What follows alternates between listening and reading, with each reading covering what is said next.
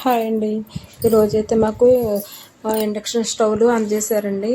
అది ఎలాగా ఆన్ చేయాలి, దాని ప్రాసెస్ ఏంటి అని డెమో క్లాస్లో మా సూపర్వైజర్ గారు మీకు మీటింగ్ పెట్టి అందరిని రమ్మని అక్కడ పిలిచారు. అందరం వెళ్ళామండి. అది ఓపెన్ చేసి చూపిస్తున్నారనమాట మేకింగ్ వీడియో. ఇదైతే ప్రాజెక్ట్ వైజ్ అందరికీ అందజేశారండి. అంటే స్టేట్ వైజ్ కూడా అందజేశారు. మా ప్రాజెక్టులు అయితే మొన్ననే వచ్చాయి. అది యూజ్ చేయటం అయితే మా ఇళ్ళలో ఎవరికి చాలా లేవండి. అయితేని యూజ్ చేయటం కూడా రాదు. అది కొంచెం భయపడుతున్నాం అనమాట. కరెంట్ స్టవ్ అనేటప్పటికి ఏమో షాక్ కొడుతుందేమో, ముట్టుకుంటే ఏమవుతుందని అందరికీ భయంగా ఉంది. టెన్షన్గా చూస్తున్నాము.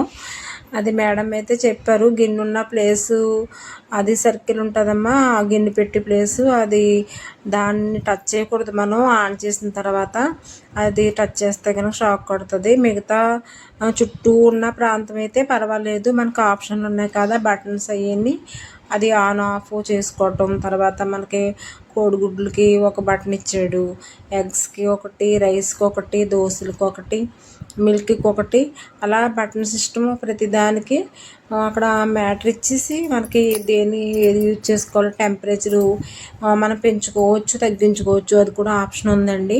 మనకి ఫాస్ట్ కావాలంటే టెంపరేచర్ పెంచుకునే అవకాశం ఉంది.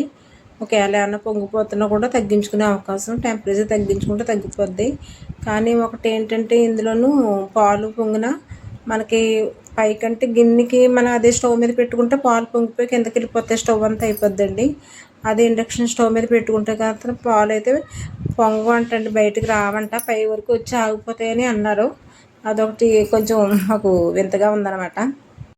మా వాళ్ళందరికీ అయితే డౌట్లు అయితే చాలా వచ్చేసాయండి. అంటే సగం అన్నం రైస్ పెడతాము, ఉడికిపోయిన తర్వాత సగంలో ఒకవేళ కరెంటు పోయిందండి, దాని పరిస్థితి ఏంటి, మరి అన్నం ఏం చేయాలి, ఎలాగైతే గ్యాస్ రాదా, గ్యాస్ రాకపోతే మనకి ఇబ్బంది అయిపోద్ది, గ్యాస్ ఉండాలి, గమ్మున ఇది యూజ్ చేసుకోవచ్చు, అప్పటికప్పుడు ఎక్కడికి పట్టుకెళ్ళి వండలేం కదా అని అడిగారు మేడంని. మరి మేడము ఏం చెప్పలేదు ఇంకా మాకు దాని గురించి అండి. ఈ స్టవ్ల గురించి అయితే న్యూస్లోనే చూసామండి, యూట్యూబ్లో ఇలా వస్తుంటే చూసాను కానీ మెసేజ్లు అవన్నీ వస్తాయి ఇండక్షన్ స్టవ్లు అంగన్వాడీలకి అని చూడటం జరిగింది. కానీ ఇప్పుడు రియల్గా మాకు తొందరలోనే వచ్చేసాయండి.